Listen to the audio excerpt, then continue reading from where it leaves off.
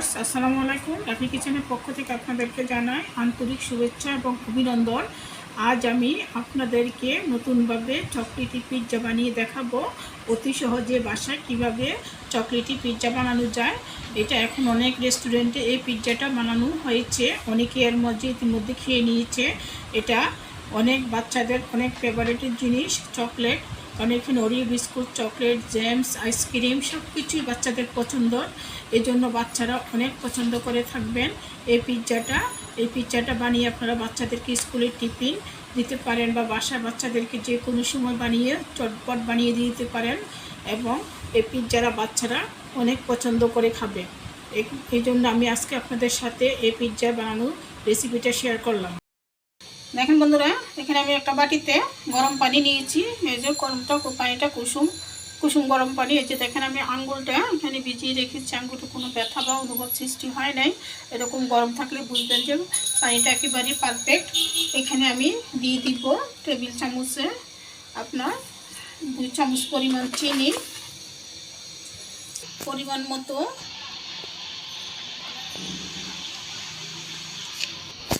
এর সাথে ইস্ট দিয়ে দিচ্ছি 2 ভাগের 1 ভাগ দিয়ে এটাকে আমি ভালো করে গুলিয়ে নিব পানি। বন্ধুরা, এটা আমার পানির সাথে মিশানো হয়ে গেছে। পর্যায়টা আমি একটা স্থানে আলাদা করে রেখে দিচ্ছি। দেখেন বন্ধুরা, এখানে আমি একটা মিক্সিং বোল নিয়েছি। এখানে আমি মেজারমেন্ট কাপে 3 কাপ পরিমাণে ময়দা দিয়ে দিব।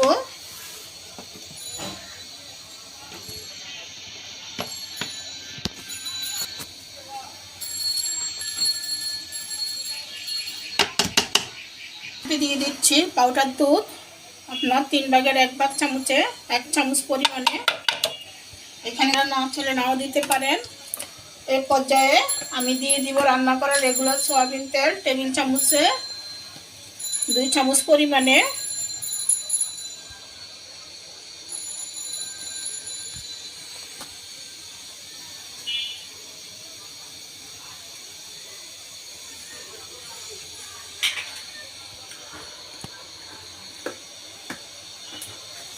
দিয়ে দিচ্ছি টিস্পুনে 2 ভাগের 1 ভাগ বেকিং পাউডার।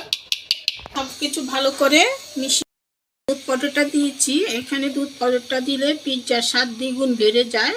আর আপনারা যদি দুধ পাউডারটা দিতে না চান নাও দিতে পারেন, বা আপনারা লিকুইড গরুর দুধ দিয়েও এই ইয়েটা করতে পারেন, খামিরটা করতে পারেন। পাউডার দুধ দিয়েও করতে পারেন, যার যেটা ভালো লাগে। আর যদি মনে করেন কোনো দুধ দিয়ে করব না, এই অবস্থায় আপনারা পানি দিয়েও করতে পারেন। আপনার পানি দিয়ে করলে পিৎজার খামিরটা একটু স্বাদ টেস্টটা কম আসে, কিন্তু পিৎজা হবে না যে কোনো কথা না, পিৎজা হবে। এখানে আমি আজকে আপনাদেরকে চকলেটি পিৎজা বানিয়ে দেখাচ্ছি। দেখুন বন্ধুরা, এখানে আমি যে ইস্টগুলো রেখেছি এটা এখানে ফুলে উঠছে। এই পর্যায়ে আমি এখানে পানিটা দিয়ে দিব।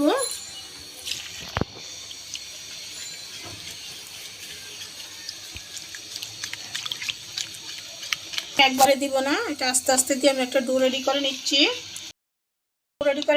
এই যে ডোটা আমার এরকম নরম হয়েছে। এই যে এখানে দেখেন একবারে পারফেক্ট করে বানানো হয়েছে ডোটা। এই পর্যায়ে আমি ডোটাকে রেখে দিব 2 ঘন্টার জন্য। 2 ঘন্টা রেস্টে রেখে দিলে দেখা যাবে আমার ডোটা ফুলে দ্বিগুণ হয়ে গেছে। এই পর্যায়ে আমি এখানে একটু তেল ভালো করে ডোয়ের গায়ে লাগিয়ে দিব যাতে ডোটা ড্রাই না হয়ে যায়। এই যে ভালো করে লাগিয়ে দিচ্ছি। আর যেখানে পাত্র রাখবো ওই পাত্রটার চারপাশে একটু ভালো করে তেলটা লাগিয়ে দিচ্ছি।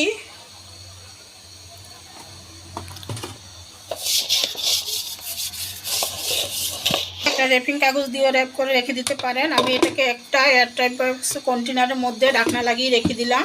হবে গরম একটা স্থানে, যেখানে গরম ওখানে বা চুলার পাশে বা রৌদ্রের কাছে, রৌদ্রের তাপ আসতেছে এরকম গরম জায়গাতে রাখলে সবচেয়ে ভালো হবে। এই যে আমি রেখে ফিরে আসছি 2 ঘন্টা পরে। এই যে দেখেন বন্ধুরা, আমার আটাটা প্রায় 3 গুণ হয়ে গেছে। এই যে দেখেন আমি এটা থেকে এখন ডোটা বাইর করে দিচ্ছি। এই যে দেখেন আমি হাত দিয়ে এটার এয়ার বা বাবুল ভিতরে যা আছে বাইর করে দিয়েছি। এই যে দেখছেন এটা আটাটা এখন দেখুন কতটুকু হয়ে গেছে। এই পর্যায়ে আমি আটাটাকে ভালো করে আর একটু ভালো করে মেখে নিব।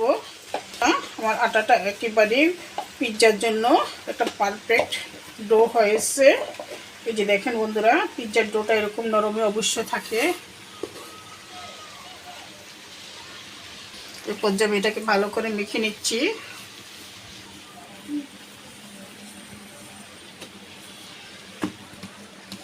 দেখো বন্ধুরা, আমি আটাটাকে ভালো করে মেখে এরকম গোল করে শেপ করে নিয়েছি। এই পর্যায়ে নিচ্ছে আমি একটু ময়দা চিটিয়ে দিয়ে আমি এটা একটা রুটি বানিয়ে নিব। দেখেন বন্ধুরা, আমি এটাকে রুটি আকারে বেলে এরকম পাতলা করে বেলে নিয়েছি। এই পর্যায়ে এটা আমি একটা স্টিলের ট্রে নিয়েছি। এই স্টিলের ট্রেতে আমি পিৎজাটা বেক করব। তাই এখানে আমি রান্না করার রেগুলার সয়াবিন তেল ভালো করে মেখে নিব। এই যে আমি এখানে রান্না করার রেগুলার সয়াবিন তেল দিয়ে ভালো করে ট্রেটাকে চারপাশে ভালো করে লেগে নিয়েছি। এই পর্যায়ে আমি এখানে যে রুটিটা বানিয়ে রেখেছি এই রুটিটা এখানে ট্রেতে নিয়ে নিচ্ছি।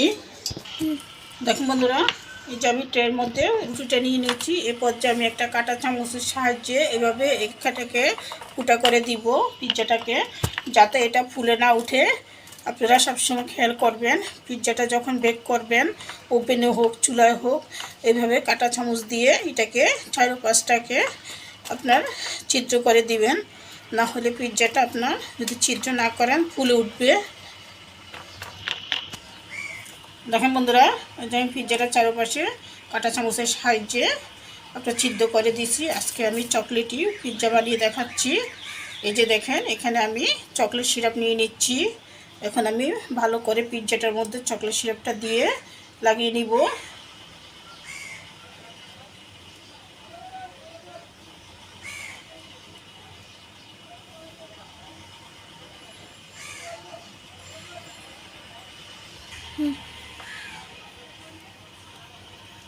দেখেন বন্ধুরা, এটা একটা চামচের সাহায্যে চকলেট সিরাপটা পিৎজার গায়ে ভালো করে লাগিয়ে দিয়েছি। এই যে এভাবে ভালো করে লাগিয়ে দিতে হবে, কারণ যেহেতু এটা চকলেট পিৎজা, এখানে পিৎজাতে আপনার চকলেট সিরাপটা যাতে ভালোভাবে চারপাশে লেগে থাকে।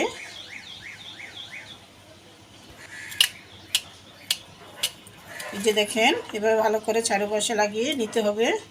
এ পর্যায়ে আমি চকলেট সিরাপটা ভালো করে লাগানো হয়েছে। এই পর্যায়ে এখন ডেকোরেশন করব। দেখেন বন্ধুরা, আমি এই চকলেটে পিৎজাটা করার জন্য, ডেকোরেশনের জন্য এখানে আমি নিয়েছি অয়েল পেয়ার, মামা অয়েল পেয়ার, ডেইরি মিল্ক চকলেট, আর নিয়েছি ওরিও বিস্কিট, আর নিয়েছি এখানে আরেকটা বিস্কিট। এই যে এখন আমি সব কিছু দিয়ে ভালো করে পিৎজাটাকে ডেকোরেশন করে নিচ্ছি।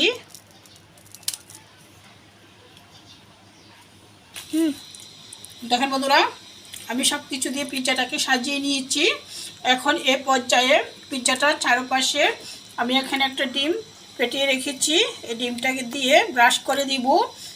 এই ডিমটা দিয়ে যদি পিৎজাটার চারপাশে আপনার ব্রাশ করেন, তাহলে দেখা যাবে একেবারে দোকানের মতো পারফেক্ট একটা কালার চলে আসছে। পিৎজাটা দেখতে অনেকটা সুন্দর এবং আকর্ষণীয় লাগে। এই কালারটা অনেক সুন্দর আসে।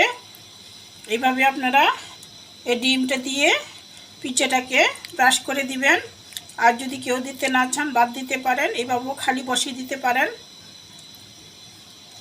এটা শুধু দেখার সুন্দরের জন্য এই ব্রাশ করাটা।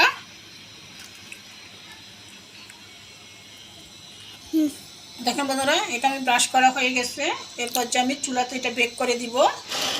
এই যে আমি এখন চুলাটাতে পিৎজাটা বসিয়ে দিই। চুলার উপরে আমি একটা অ্যালুমিনিয়ামের বল বসিয়েছি। এখানে আমি খাতার পাতা দিয়েছি, 2 পিস 3 পিস পাতা দিয়েছি। দিয়ে এখানে একটা স্ট্যান্ড দিয়ে আগে আমি এটাকে প্রিহিট করে নিয়েছি। এই যে দেখেন, এটা অনেক গরম হয়ে গেছে। ঢাকনা দিয়ে প্রিহিট করে নিয়েছি। এই পর্যায়ে এখানে আমি পিৎজাটা দিয়ে দিব। এই যে বন্ধুরা, পিৎজা ট্রেটা আমি বসিয়ে দিয়েছি। দিয়ে এখানে আমি এখন ঢাকনা দিয়ে দিব। একটা অ্যালুমিনিয়ামের বড় স্টিলের বাটি, স্টিলের ঢাকনা বা যে কোনো অ্যালুমিনিয়ামের ঢাকনা দিয়ে ঢাকনাটা দিতে চেষ্টা করবেন। দিয়ে এটাকে আমি একটা তাওয়াল দিয়ে ভালো করে ঢেকে দিব, যাতে চারপাশ থেকে কোনো বাইরে না। এটা যদি পিৎজাটা ভালো করে রাখা থাকে তাহলে পিৎজা কালারটা অনেক সুন্দর আসছে। একটা মোটা তাওয়াল দিয়ে ঢেকে দিতে চেষ্টা করবেন। আর খেয়াল রাখবেন যখন পিৎজাটা চুলায় বেক করতেছেন তখন যাতে কোনোভাবে ঢাকনাটা পাক না থাকে। আর চুলার আঁচটাকে এভাবে মিডিয়াম রাখবেন। মিডিয়ামে রেখে 30 মিনিটের মতো আমি বেক করে নিব। বসিয়ে দিয়েছি আমি পিৎজাটা চুলার উপরে। এখানে আমার পিৎজাটা একেবারে হয়ে গেছে পারফেক্ট। 30 মিনিট পরে ফিরে আসছি। এই যে দেখেন এই যে কোথাও কোনো একবারে ক্লিন আসতেছে, তাতে বোঝা যাবে যে পিৎজাটা একেবারে হয়ে গেছে। এই পর্যায়ে আমি চুলা থেকে নামিয়ে নিচ্ছি। বন্ধুরা, এরপরে আমি একটু উপরে আরেকটু ডেকোরেশন করে দিচ্ছি। এখানে আমি আইসক্রিম দিয়ে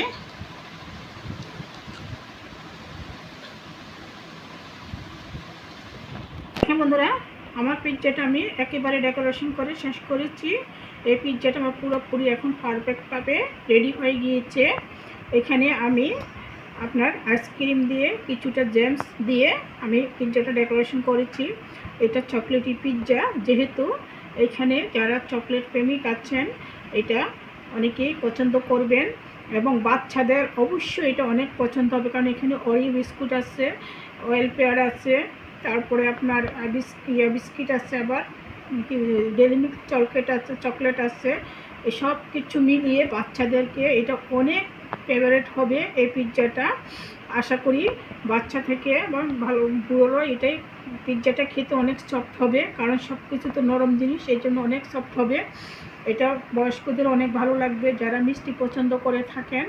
এই জন্য আমি আজকে পিৎজাটা আপনাদের সাথে শেয়ার করলাম। আশা করি আমার ভিডিওটা যদি আপনাদের ভালো লেগে থাকে তাহলে অবশ্যই আমাকে লাইক, শেয়ার, কমেন্ট করবেন। প্লিজ প্লিজ প্লিজ আমার চ্যানেলটাকে সাবস্ক্রাইব করুন। এই বলে আমি বিদায় নিলাম। আসসালামু আলাইকুম।